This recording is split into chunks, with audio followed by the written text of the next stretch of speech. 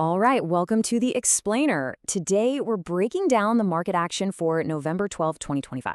And what a day it was. The market basically had a split personality, a massive tug of war between this incredible dream of AI and some pretty harsh economic realities.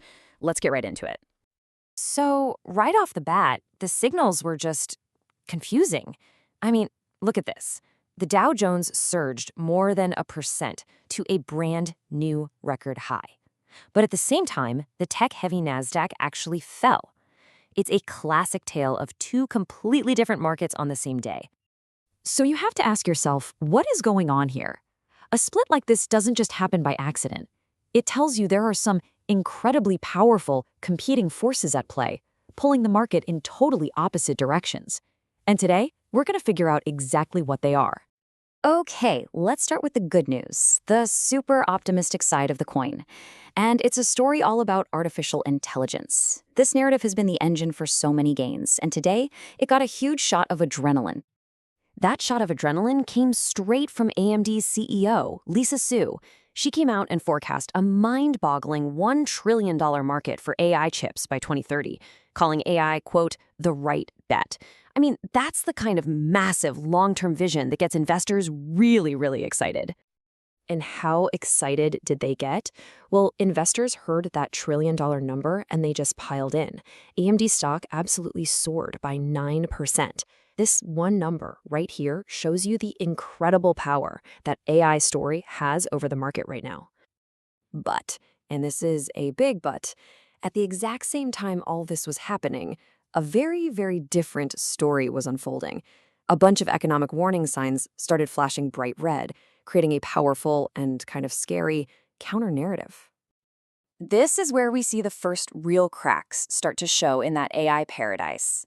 First, SoftBank, a huge tech investor, dumped its entire stake in NVIDIA because they were worried about how high the valuation had gotten. Then, an AI infrastructure company called CoreWeave had to slash its revenue guidance, showing that, real-world supply chain problems are starting to bite. And their stock, it got hammered, falling over 10%. And then, this number dropped from the wider economy, and it made everybody just stop in their tracks. 6.65%. And this points to some deep systemic stress, way outside the world of high-tech data centers. So what is that number? It's the delinquency rate for subprime auto loans, basically the percentage of high-risk car loans that are overdue, and it just hit its highest level since 1994.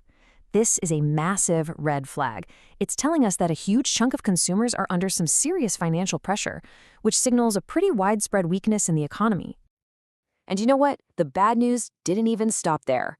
We saw that private payrolls are actually shrinking, optimism among small businesses is at a 6-month low, and to top it all off, there's a chance that key economic data for October is just gone, which means the Federal Reserve is basically flying blind. So how in the world do we make sense of these two completely conflicting stories? The AI dream versus this grim economic reality. Well, that brings us to the key concept you need to understand today's market, the K-shape. Tony DeSpirito over at BlackRock absolutely nailed this. He diagnosed a K-shaped economy and market. He's describing exactly what we're seeing, a super strong upper tier being driven by all this AI investment, and a struggling lower tier, which is what we see in those scary auto loan numbers. It's like two different economies moving in opposite directions. And here's the crucial point. These powerful, opposing forces, they don't just cancel each other out. Not at all. Instead, they create a split. Think of the letter K. The top arm is going up and to the right. That's your AI-driven tech sector. But that bottom arm is pointing down, and that represents the broader, consumer-driven economy that's really starting to feel the pain.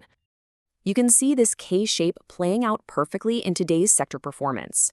Money was literally flowing out of the high-flying technology sector and running for cover in defensive sectors like healthcare, which people see as safer bets when the economy gets shaky.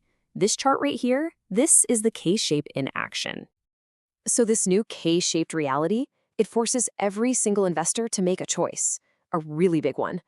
Are you going to play offense and bet on that AI dream, or are you going to play defense and protect yourself against this economic reality? And this boils down to two very different approaches.